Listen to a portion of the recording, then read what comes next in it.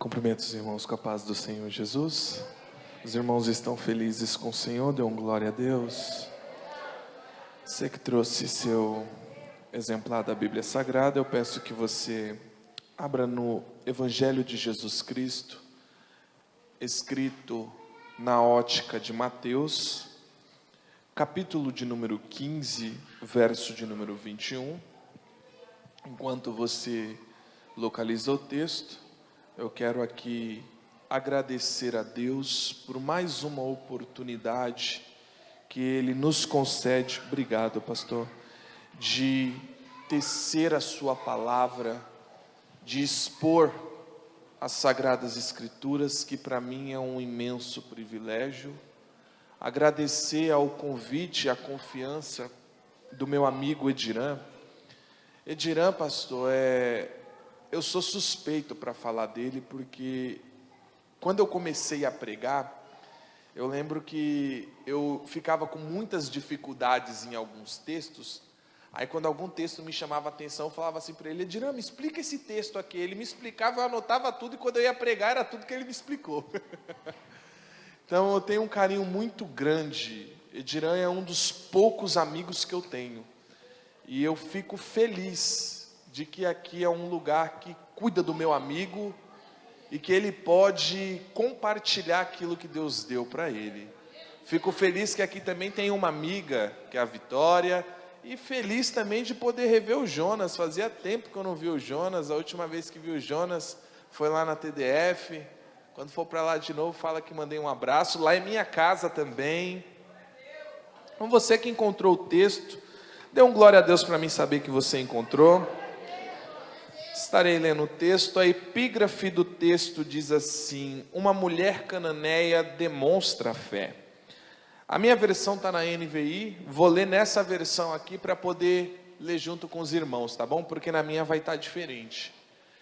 E partindo Jesus dali, foi para as partes de Tiro e de Sidom, e eis que uma mulher cananeia, que saíra daquelas cercanias, clamou dizendo: Senhor, filho de Davi, tem misericórdia de mim, que minha filha está miseravelmente endemoniada. Mas ele não lhe respondeu palavra. E os seus discípulos, chegando ao pé dele, rogaram-lhe dizendo: despede-a, que vem gritando atrás de nós. E ele respondendo disse: eu não fui enviado senão as ovelhas perdidas da casa de Israel. Então chegou ela e adorou, dizendo: Senhor, socorre-me. Ele, porém, respondendo, disse: não é bom pegar no pão dos filhos e deitá-lo aos cachorrinhos. E ela disse: sim, Senhor, mas também os cachorrinhos comem das migalhas que caem da mesa dos seus senhores. Então respondeu Jesus e disse: ó mulher, grande é a tua fé, seja isso feito para contigo como desejas. E desde aquela hora a sua filha ficou sã. Este texto é um texto muito conhecido, é um texto muito bonito, é um texto que foi escrito sobre a ótica tanto de Mateus quanto pela ótica de Marcos. O texto inicia nos apresentando que Jesus, ele está saindo da região da Galileia e ele está indo para os arredores de Tiro e Sidom. Tiro e Sidom são terras que estão basicamente na fronteira com Israel. Então é uma das poucas vezes que Jesus vai sair da Terra Santa. Peço que você redobre sua atenção. Jesus está saindo da Terra Santa porque foi iniciado uma perseguição dos religiosos contra Jesus, aonde os religiosos se escandalizavam porque os discípulos de Jesus estavam comendo sem lavar as mãos. e eles estavam escandalizados com aquilo. Então Jesus vai sair. Alguns comentaristas descrevem que Jesus vai sair por descanso, para que seu corpo humano possa descansar. Outros comentam que era um momento em que ele gostaria de preparar os seus discípulos para o momento em que estava para vir, que era o momento da cruz. Só que o texto apresentando pela ótica de Marcos, diz que ele estava tentando se esconder. E me chama a atenção que essa mulher conseguiu encontrar. Olha que detalhe interessante. Perceba que essa mulher, ela não faz parte da nação eleita. Essa mulher, ela não faz parte do sacerdócio real. Ela não faz parte da missão de Jesus, porque Jesus, ele veio para os seus, ele veio para Israel. Essa mulher, ela não faz parte dos arredores de Israel. Essa mulher, ela é cirofenícia. Essa mulher, ela é cananeia. E essa mulher, ela tem um grande problema, e esse problema está dentro da sua casa. Olha que coisa interessante. O problema que essa mulher tem, ela tem uma filha que está terrivelmente endemoniada. Olha que coisa trágica. Uma pessoa endemoniada por si só já faz um grande estrago. Imagina uma pessoa terrivelmente endemoniada. Ano passado eu estive em Fortaleza, e uma das experiências espirituais que Deus me permitiu passar foi repreender demônio de um homem que foi meu patrão. Olha a situação que eu vivi. E na casa em que ele morava, não manifestou somente nele. E é um trabalho ter que expulsar demônio, porque expulsam aqui, manifesta no outro, expulsa acolá. Agora imagina uma criança que está terrivelmente endemoniada.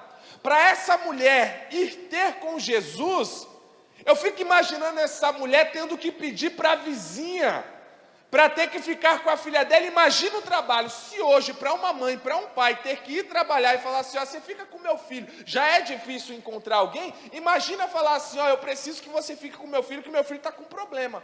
Qual que é o problema? Está terrivelmente endemoniado. Ninguém vai querer ficar com essa criança. Então essa mulher, ela já tem uma grande barreira, que é a preocupação que ela vai ficar com sua filha em casa. Porque com a filha terrivelmente endemoniada em casa, essa menina pode bater a cabeça, essa menina pode pegar algum vidro e bater nela mesma, pode se mutilar. Vocês já devem ter visto como que é uma manifestação demoníaca, é horrível. Essa mulher, ela é uma mãe. E qual mãe que vê o seu filho sofrendo também não vai sofrer? A dor de um filho é a dor de sua mãe. Essa mulher, ela vai ouvir que Jesus está aos arredores e ela não vai perder tempo. Ouvindo que Jesus está no ambiente, ela vai de encontro a ele. O nosso problema é que muitas vezes Jesus está no culto, mas a nossa cabeça está no Big Brother.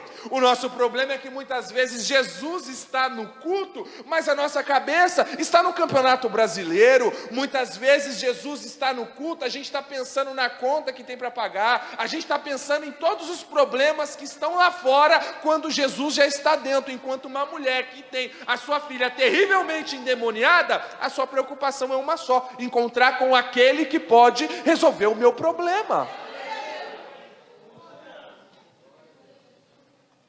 Além de mim, quem é pai aqui? Quem é pai? Levanta a mão, quem é pai? Quem é mãe também? Levanta a mão, você que é mãe. Olha a lição que essa mulher ensina para mim e para você. Toda vez que eu procuro Jesus e vou suplicar, interceder em prol do meu filho vai ficar de pé. Mães de joelhos, filhos de pé. Pais que intercedem, filhos firmes. Essa mulher está indo buscar por Jesus, e eu quero que você entenda uma coisa: o ambiente que essa mulher vive não é um ambiente de fé, porque essa mulher, ela é cananeia. ela não é israelita, ela não foi ensinada no templo como adorar, ela não é uma frequentadora de sinagoga.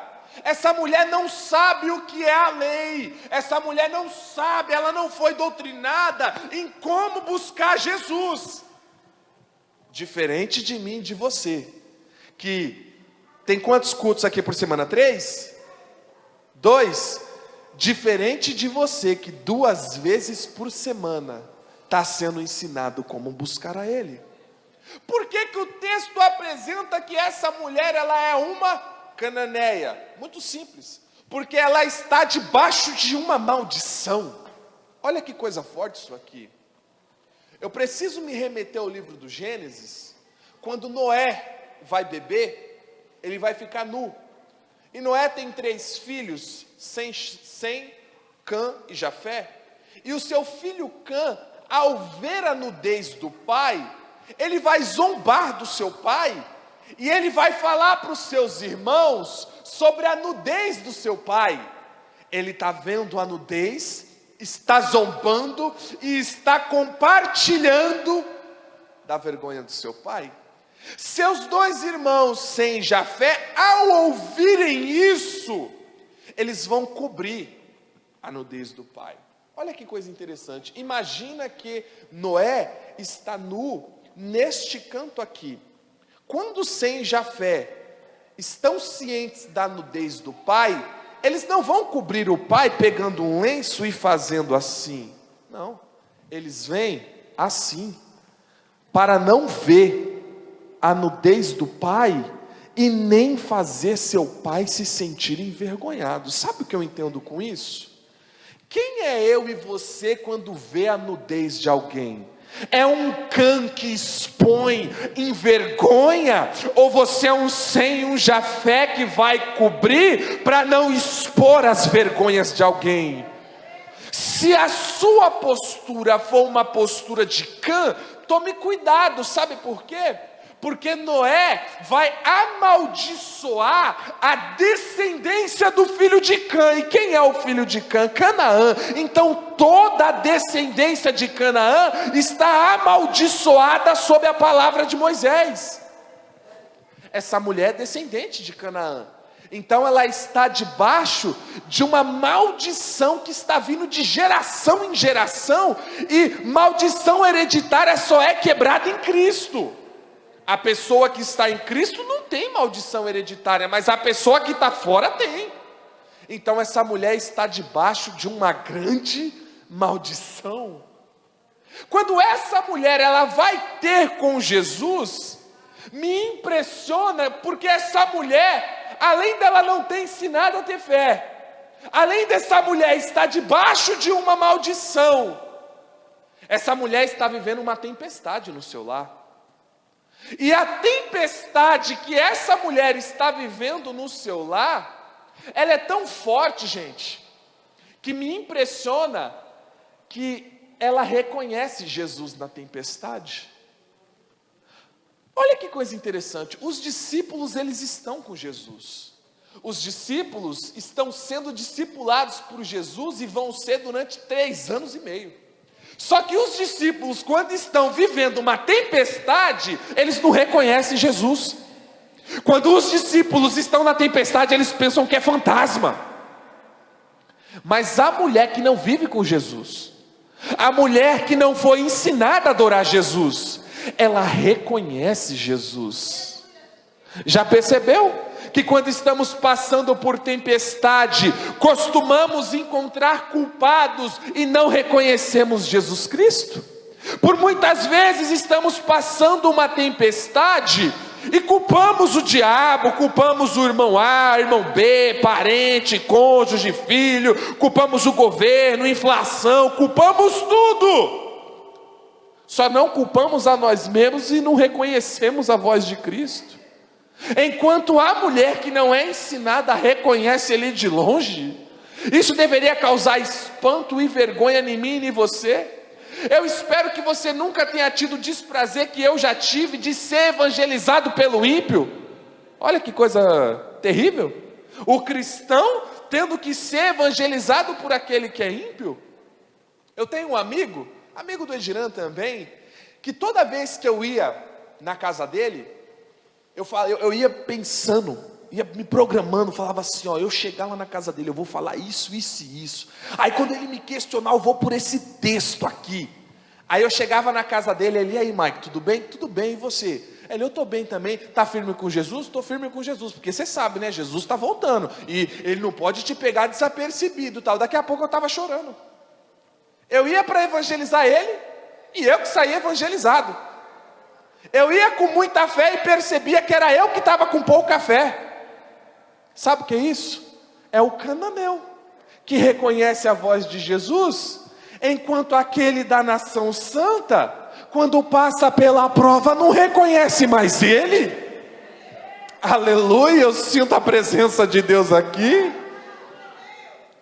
Essa mulher, ela reconhece Jesus, e quando ela vai até Jesus, ela não vai despreparada.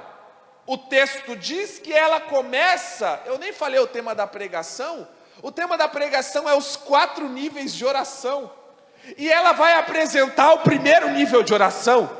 O primeiro nível de oração é clamor. Clamor significa, de acordo com o dicionário Aurélio, gritar, exclamar em alta voz, soar em alta voz, é um grito. Clamar, eu clamo por mim mesmo. Jesus, filho de Davi, tem compaixão de mim, é o clamor do cego. Então toda vez que eu clamo, é por mim mesmo. A mulher, ela está clamando, tentando chamar a atenção de Jesus. E pare e pense nisso aqui. Olha o que Jeremias escreveu: clama a mim, e responder-te-ei, e anunciar-te-ei coisas grandes e firmes, que tu não sabes. Coisa conhecida, né? Então quando eu clamo, o Senhor me revela 3 coisas. A primeira, coisas grandes. Quando eu clamo, o Senhor me revela coisas firmes. Quando eu clamo, o Senhor me revela coisas que eu não sei. Quando é que eu costumo clamar? É aquele dia que você vai no monte, não sei se você é que nem eu. Quando eu vou no monte de Guaianazes, eu tenho até aquela árvore específica, eu falei, a minha árvore, é no ouvido dela que eu vou gritar. E ali você vai gritar, Deus, me socorre, eu não aguento mais, está doendo. E quando você clama, você espera o quê? Que Deus responda, sim ou não? Ou é só eu? Só que essa mulher não tem resposta de Jesus. Quando essa mulher grita, ela vai ter a primeira barreira. E qual é a primeira barreira? O silêncio de Jesus. E coisa dura é o silêncio de Jesus. Muitas vezes a disciplina que machuca dói menos do que o silêncio. Porque na disciplina pelo menos você sabe que está errado e o que precisa consertar. E no silêncio, o que fazer quando os céus estão de bronze? O que fazer quando o Senhor não fala nada? Quando eu grito e Ele não fala? Aleluia! Eu sinto a presença de Deus aqui. O que fazer mediante ao silêncio de Deus? Se utilizando a estratégia do cego não funcionou, essa mulher ela vai para trás dos discípulos agora. E antes de falar do segundo nível, o senhor está me lembrando aqui de algo. O meu filho vai fazer 5 anos. E antes do meu filho nascer, eu estava orando, e eu falava para Deus assim na minha oração: Senhor, eu quero viver experiências contigo, e não ter que falar mais milagres que o Senhor fez na vida dos outros. Eu quero que o Senhor faça milagre em minha vida, que eu tenha experiência contigo, para falar que a minha experiência é contigo. Posso falar uma coisa para os irmãos? Eu quase me arrependi dessa oração. A gente ora mal. A gente não sabe o que a gente pede nem como pede. Sabe o que aconteceu? A minha esposa grávida, 7 meses. Meu filho pentecostal, mexia demais na barriga da minha esposa. Certo dia, ela acabou de completar 7 meses, teve um pequeno sangramento, minúsculo sangramento. Perguntei para ela, tá tudo bem? Quer ir no médico? Ela, não, deve ser coisa normal. A barriga dela ficou dura. E o meu filho pentecostal, que mexia muito, ficou por mais de 26 horas sem mexer. Lá vai eu para o médico. Hospital Dermelino Matarazzo. Chego no hospital, peguei urgência. Cheguei no hospital, era 3:30 da tarde. Peguei urgência, fui atendido 11:30 da noite. Quando fomos atendidos, o médico olhava para minha esposa com um olhar preocupado. E procurando as melhores palavras, ele acreditava que o cordão umbilical estava enrolado no pescoço do meu filho e deu para o meu filho apenas 1% de chance de vida. A minha esposa estava sozinha na sala, eu estava do lado de fora. E ele teria que fazer ultrassom. Só que era quase certeza que o cordão estava enrolado no pescoço. Lembra da minha oração? Senhor, eu quero viver experiências contigo. Experiência minha. Não quero contar dos outros. Minha esposa veio chorando. Eu abracei ela pensando, já que o médico tinha sido grosso com ela, quase que entra em mim o espírito de Sansão. Falei para ela, o que ele te falou? Ele disse que a gente tem que fazer ultrassom. Maravilha, vamos fazer ultrassom. Não dá. Por que não dá? Porque o ultrassom é das 9 às 4. Agora é meia-noite. Falei, então vamos para outro hospital que tenha. Meus amigos que tinham carro, o carro estava quebrado. O carro do meu pai, também no conserto. Os ônibus, não tinha mais ônibus. Que raiva. Eu comecei a pensar em todos os pecados que eu já tinha cometido na vida. E estava pensando, Deus vai levar meu filho por causa de tal pecado que eu cometi tal dia. Só que aí eu lembrei da minha mãe. Minha mãe é missionária. Minha mãe tem história com Deus. Minha mãe tem um monte de milagre para contar. Eu pensei, vou terceirizar o meu milagre. Vou na casa da minha mãe vai orar e o milagre vai acontecer. Maravilha. Fomos para a casa da minha mãe. E oramos, e gritamos, e pulamos, língua estranha, mistério, vamos fazer chover, faz chover Senhor, glória a Deus, e roda, aviãozinho, atende celular, e nada, o céu continuou de bronze, o Senhor não falava nada. Eu saí da casa da minha mãe derrotado, e pedindo desculpa para minha esposa, eu falava, a culpa é minha. Eu pedi perdão até por pecado que eu nem cometi.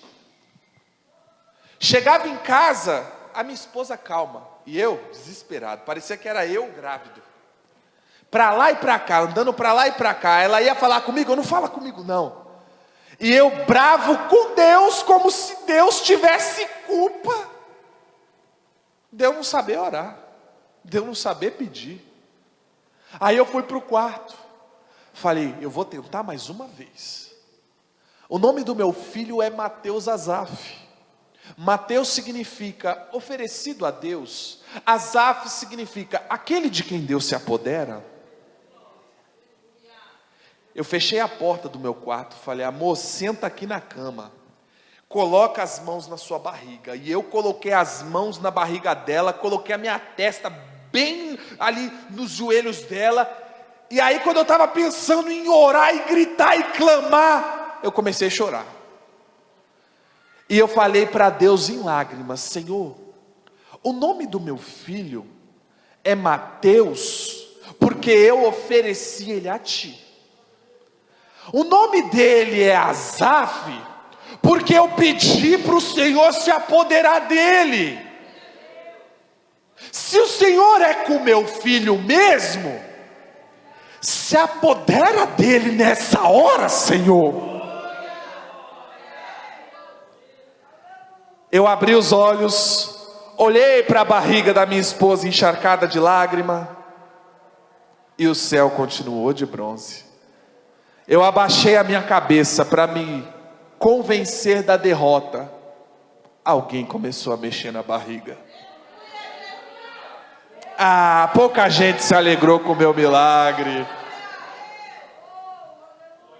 Quando ele começou a mexer, e eu ficava brincando com ele quando a minha esposa estava grávida, que eu chegava perto da barriga dela e falava: dá glória a Deus aí, profeta! E ele começava a mexer. Quando ele começou a mexer, eu com lágrima: dá glória a Deus aí, profeta! Ele começou a mexer mais ainda.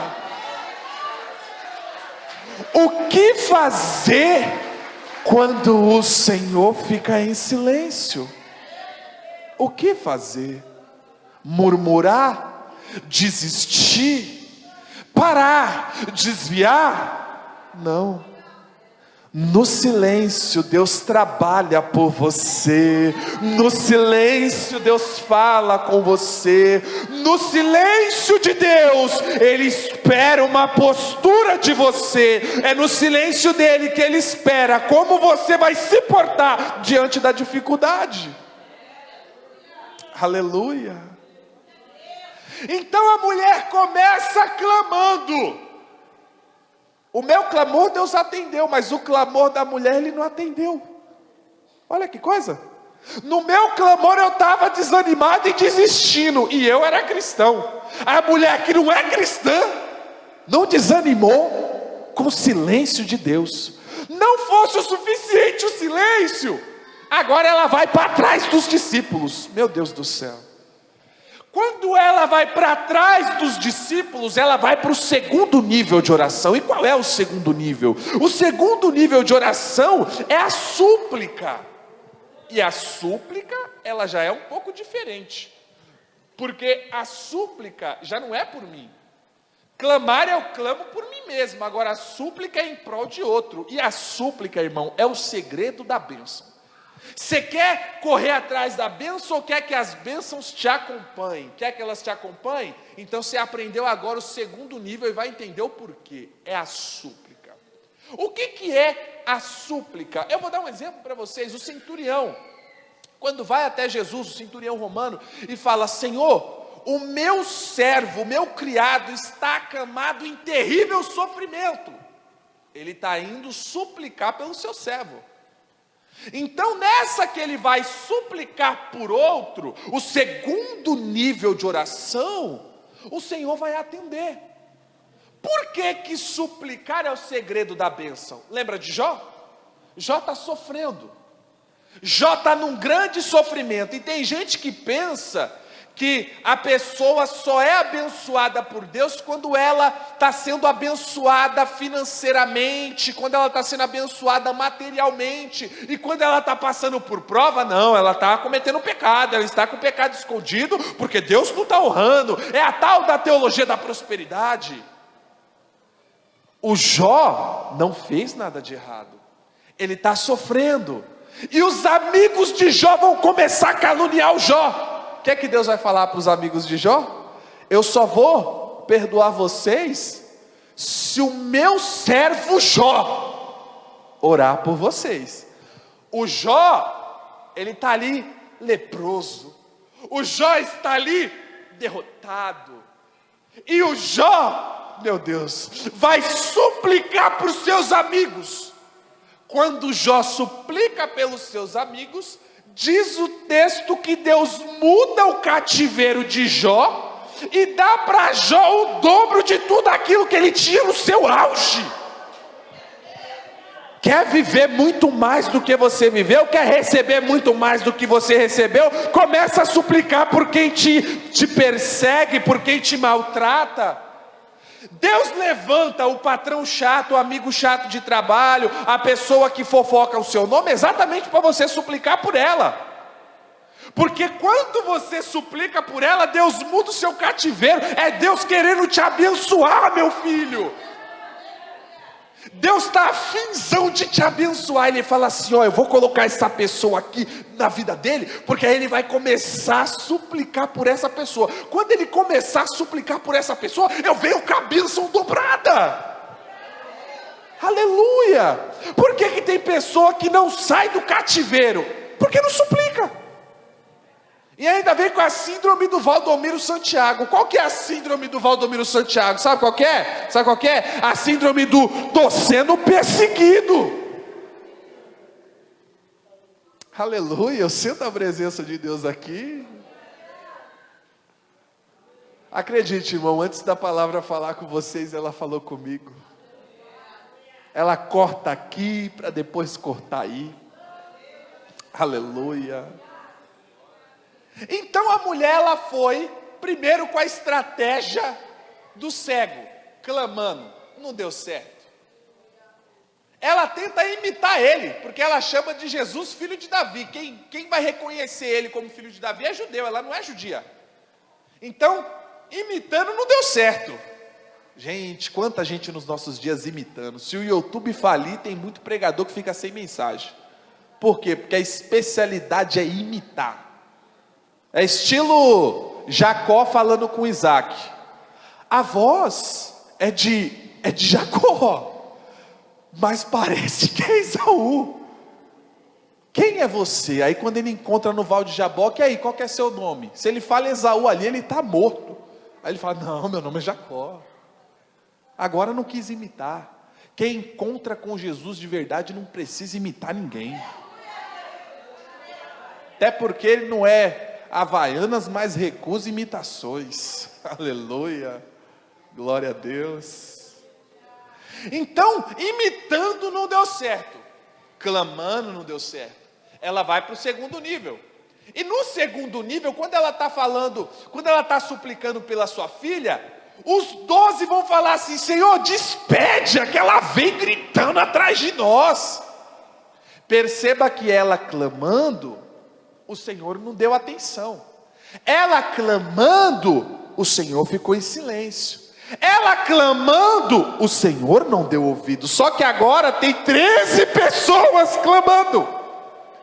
Porque quando os discípulos falam, Senhor, despede-a que vem gritando, agora são os discípulos falando com Jesus. E Jesus, sem olhar para ela, vai responder, eu não vim, senão as ovelhas perdidas da casa de Israel. Então ela já tem, olha o tanto de barreira que essa mulher tem. Uma geração amaldiçoada. Uma filha que está terrivelmente amaldiçoada dentro da sua casa. Imagina a preocupação dessa mãe. Aí ela vai ter com Jesus e ela tem que enfrentar o silêncio de Jesus. Depois do silêncio de Jesus, a rejeição dos discípulos. E sabe o que é mais legal em tudo isso? É que essa mulher não desanima. Essa mulher, ela tem um foco. Qual o foco dessa mulher? Me encontrar com Ele. Qual foi seu foco quando saiu de casa? Qual foi seu foco? Então não deu certo o segundo nível. E olha que o segundo nível é poderoso, hein? O segundo nível foi capaz de mudar o cativeiro de Jó e restituir ele tudo em dobro. Então ela vai para o terceiro nível. E qual é o terceiro nível? O terceiro nível é rogar. Rogar no latim, rogare, significa pedir com humildade e insistentemente. Ou, numa classificação mais simples, seria pedir mesmo que a resposta seja não, pois vai que ele mude de ideia. Olha que coisa linda. Mesmo que a resposta seja não, eu vou pedir, pois vai que ele mude de ideia. Quer um exemplo de rogar? Jesus. Gênesis capítulo 6, o pai falou assim, eu não vou mais discutir com o meu espírito por causa do homem, porque este é carne, eu nunca mais vou enviar o Espírito Santo para o homem. Então o homem no Velho Testamento, ele não é como eu e você, que o Espírito Santo mora. E talvez você está se perguntando, se Deus não ia enviar mais o Espírito Santo, por que o Espírito Santo mora dentro de mim? Porque Cristo rogou, Cristo foi no terceiro nível de oração. Por que ele está rogando? Porque ele sabe, o Pai já disse, eu não vou enviar o meu Espírito mais para o homem. Só que a Bíblia diz em Levítico 18, verso de número 5, e Romanos 10, versículo 5, que aquele que cumprir toda a lei, viverá por ela. Só que se você for ler esse texto no hebraico e no grego, esse viverá é no sentido de ressuscitar. Ou seja, aquele que cumprir toda a lei, vai ressuscitar por ela, e vai poder pedir o que quiser. Aí o Senhor Jesus vai rogar. Qual que é o pedido do Senhor Jesus? É João capítulo 14, Senhor, envia o Espírito Santo lá para eles. Eu sei que você falou que não ia mais discutir com o Espírito Santo por causa do homem, mas eu já estou voltando aí para cima, e eu não quero deixar eles aqui sozinhos. Envia o Consolador para eles novamente. Isso é rogar. A mulher sabe que a resposta é não. Isso aqui é terrível, porque quando a mulher roga, Jesus vai dar uma resposta dura. A resposta de Jesus é: não é bom tirar o pão dos filhos e entregá-los aos cachorrinhos. Você entendeu isso aqui? Jesus está chamando ela de cachorrinha. Você não está me olhando com essa cara. Você não achou que Jesus era só cafuné na cabeça, só amorzinho, só carinho? Você não achou isso? Que Jesus só ia dar chave de casa e de carro? Não. Pois é. E olha que eu nem estou falando da ira do Cordeiro do Apocalipse. Olha que resposta dura que essa mulher recebeu. E sabe o que mais espanta? É que a mulher não desanimou. Gente, uma mulher nos dias de hoje, ela ia falar assim: esse Jesus é muito grosso. Esse Jesus é um machista. Ou então ia usar aquela frase que é muito clichê entre as mulheres feministas: esse Jesus é um macho escroto. A mulher é cananeia e não desanimou. Quando Jesus chama ela assim, ela faz algo sensacional. Perceba que Jesus é a palavra, sim ou não? João 1 diz que ele é a palavra, né? A mulher deixou a palavra sem palavra. Pegou isso aqui? Um mistério desse aqui? Porque quando a mulher fala: sim, Senhor, mas os cachorrinhos também comem das migalhas que caem da mesa dos seus senhores. Olha esse paradoxo. E eu tenho certeza que se você entender, você vai glorificar a Deus. Jesus era judeu. Ele veio para os judeus. Judeu não cria cachorro. Judeu não cria cachorro. E chamar alguém de cachorro na cultura dos judeus é o mesmo que chamar alguém de imundo. Certo que esse cachorro aqui que está sendo apresentado no texto, é como se fosse aqueles cachorrinho pequenininho que brinca com criança dentro de casa. É nesse sentido, não é o cachorro da rua, não. É nesse sentido, o que não deixa de ser pesado mesmo assim. Isso na cultura de Jesus, na cultura dos judeus. Só que na cultura da mulher, os fenícios criam cachorro. E os cachorros, aonde que eles costumam ficar? Buscando farelo debaixo da mesa, que cai da mesa do seu senhor. E posso te falar uma coisa? Ele se alimenta. Jesus, eu não sei, e os comentaristas não têm consenso, se Jesus quis falar com ela na cultura dele ou na cultura dela, mas se foi na dele ou na dela, a mulher entendeu a revelação, e mesmo entendendo a revelação, foi capaz de receber o seu milagre. Por quê? Quando ela fala isso para Jesus, entenda isso aqui, Jesus veio para os judeus, João 1, 11 e 12, ele veio para o que era seus, mas os seus não receberam. Mas a todos quanto receberam, deu-lhes o poder de serem feitos filhos de Deus. A mulher está dizendo assim: eu sei o meu lugar, eu sei que eu não sou filha, eu sei que o Senhor não veio para mim, mas já que esses que o Senhor veio não te recebe, eu te recebo. Se tem alguém aqui que recebeu também, reage de alguma forma. Aleluia. Harabaio Céuria. Harakeminarassou. O pão é Cristo. E o pão veio para Israel. Mas Israel não quer receber o pão. Se Israel não quer receber o pão, os gentios estão ali, ó, debaixo da mesa, só esperando a migalha cair. Quem é os gentios? É eu, é você, que se tornou igreja após ter comido desse pão. Aleluia.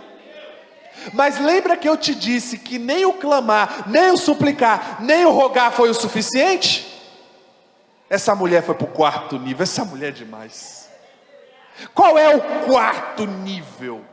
O quarto nível é se prostrar. E se prostrar no grego é abade, que quer dizer colocar o rosto em terra. Então essa mulher, após vir de uma linhagem amaldiçoada, está com a filha endemoniada, recebeu o silêncio de Jesus, a rejeição dos apóstolos, ouvir que Jesus não veio para ela e nem olhar para a cara dela, ser chamada de cachorrinha, após ela clamar, após suplicar, após rogar e não ter o seu pedido aceito, o que ela faz? Desvia? O que ela faz? Abandona a fé? Entrega a carteirinha? Diz que desiste do ministério?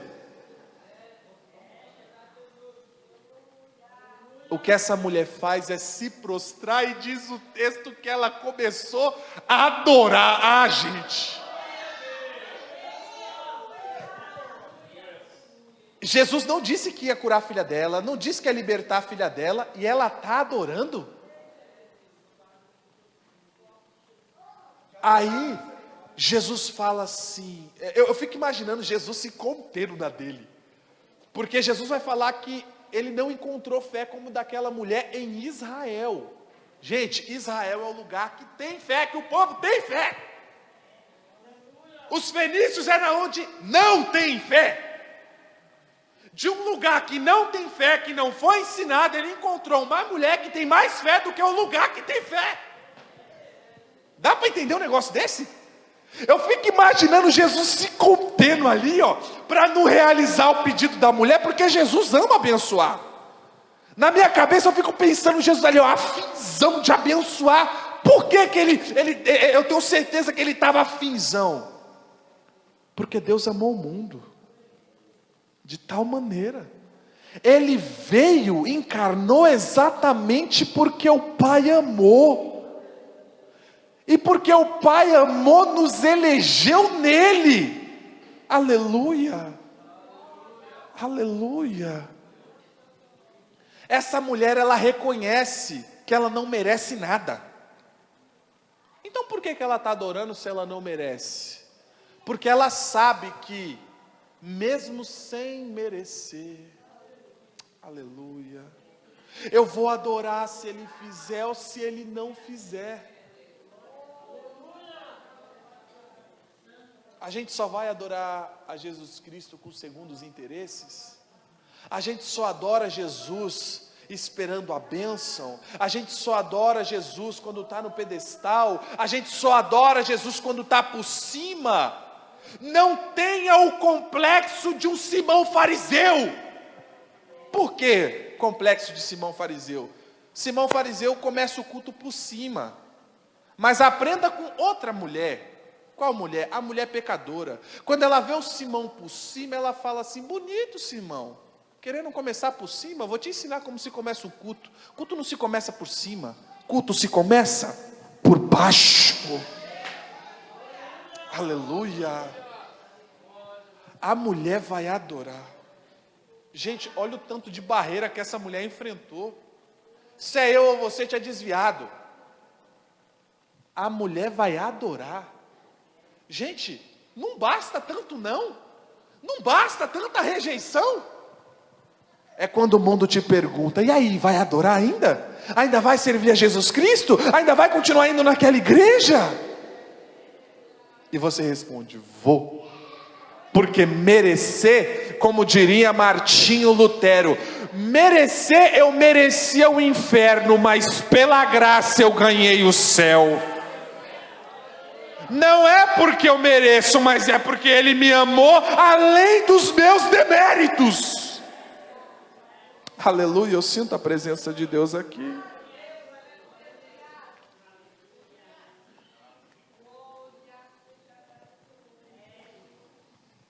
Quando essa mulher fala que os cachorrinhos também comem das migalhas que caem da mesa dos seus senhores, ela está reconhecendo o seu lugar diante de Deus. E qual é o seu lugar diante de Deus?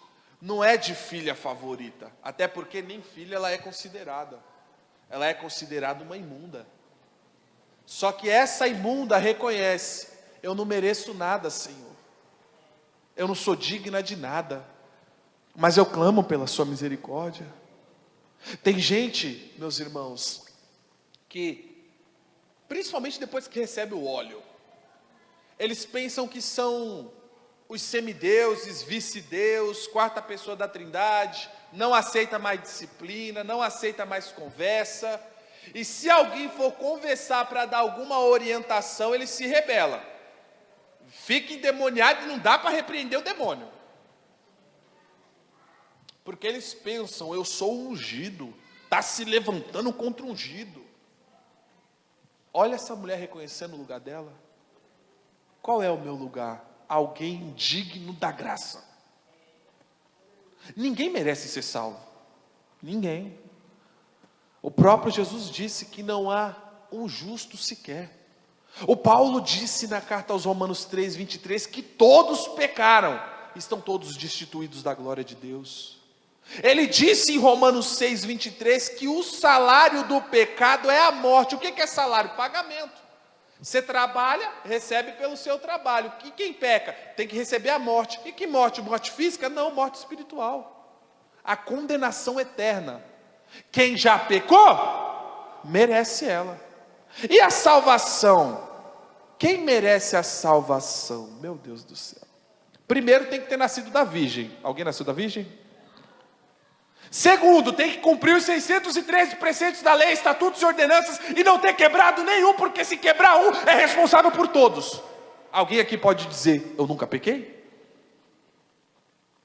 Tem que ser crucificado, colocar uma coroa de espinho na cabeça, ser arrastado pela via dolorosa, sofrer como o maior dos pecadores e morrer como a maior das vergonhas. Se fizer isso, é digno e merece a salvação. Só que aquele que é o único que é digno, ele preferiu pegar a sua culpa e a minha culpa e sofrer no nosso lugar.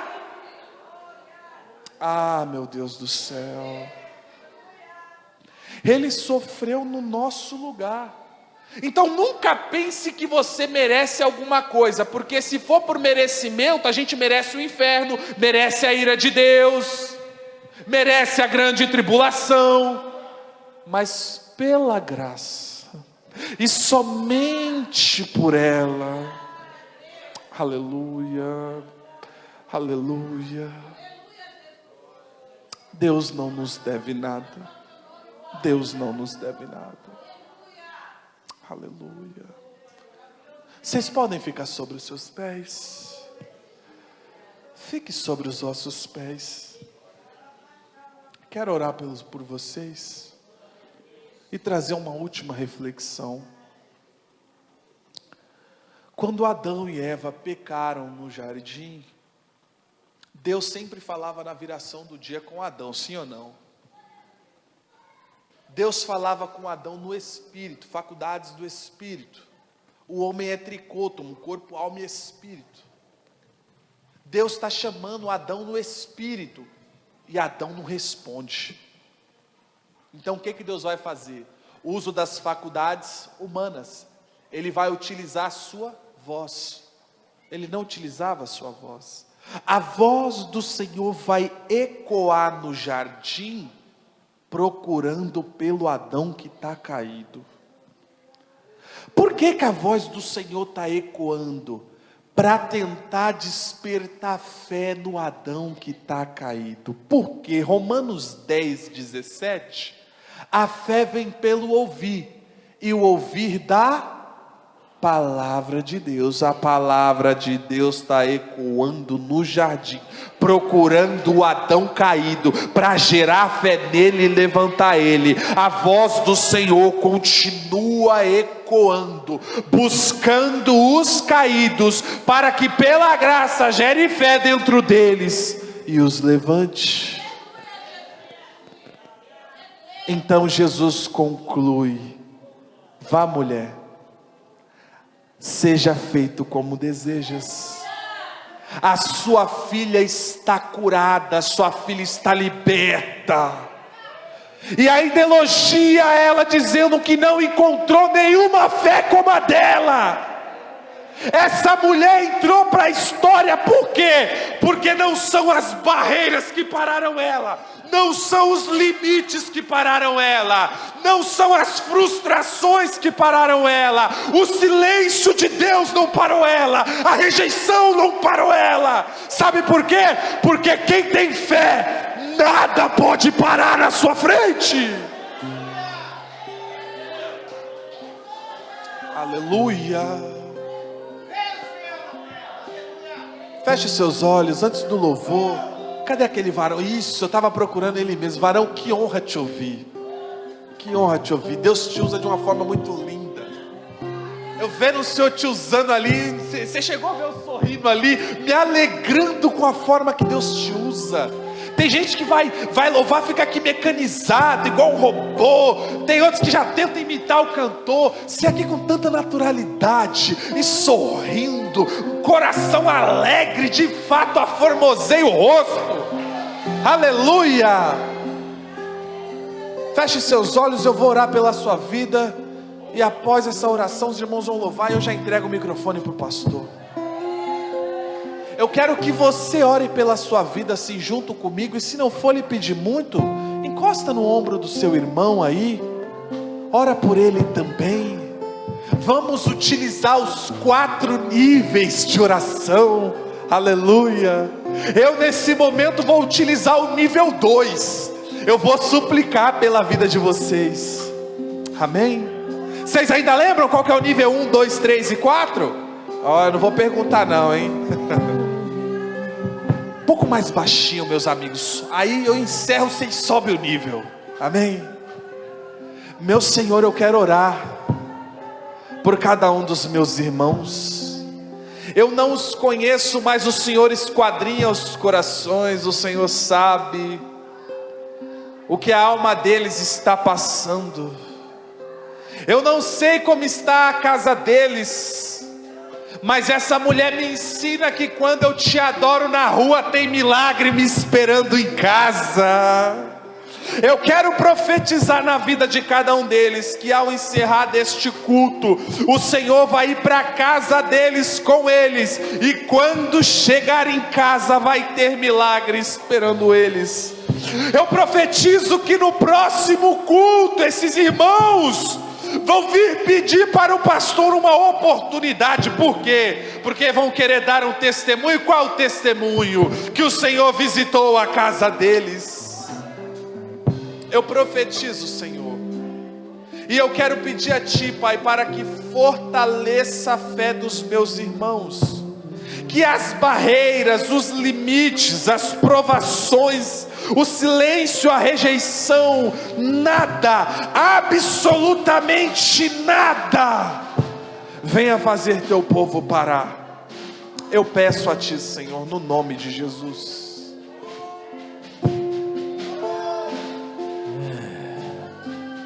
Eu tenho um Deus que não vai deixar essa luta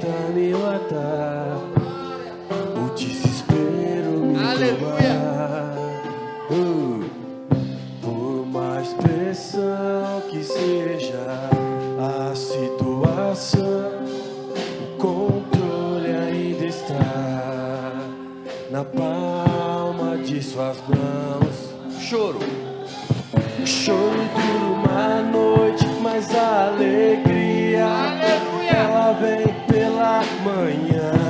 Eu creio, eu creio. O choro dura uma noite, mas a alegria, ela vem pela manhã.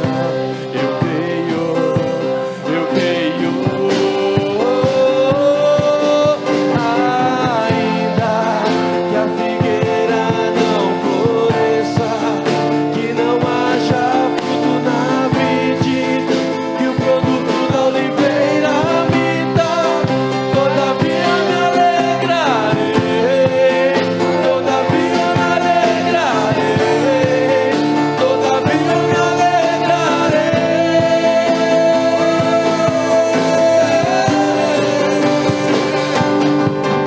Ainda que a figueira não floresça, que não haja fruto na vide, que o produto da oliveira me dá, todavia me alegrarei, todavia me alegrarei, todavia me alegrarei. Só a igreja, segura. O choro. O choro dura uma noite, mas a alegria, ela vem pela manhã. Eu creio, eu creio. Ó, é o seguinte, mais uma vez, ó. O choro dura uma noite, mas a alegria, ela vem. Olha pro seu irmão, olha pro seu irmão. Você crê, você crê. O choro, mais uma vez, e você fala aí. O choro dura uma noite, mas a alegria, ela vem pela manhã. Você crê, você crê. Ainda que a figueira não floresça, que não haja fruto na vide, que o produto da oliveira me dá, todavia me alegrarei, todavia me alegrarei, todavia me alegrarei.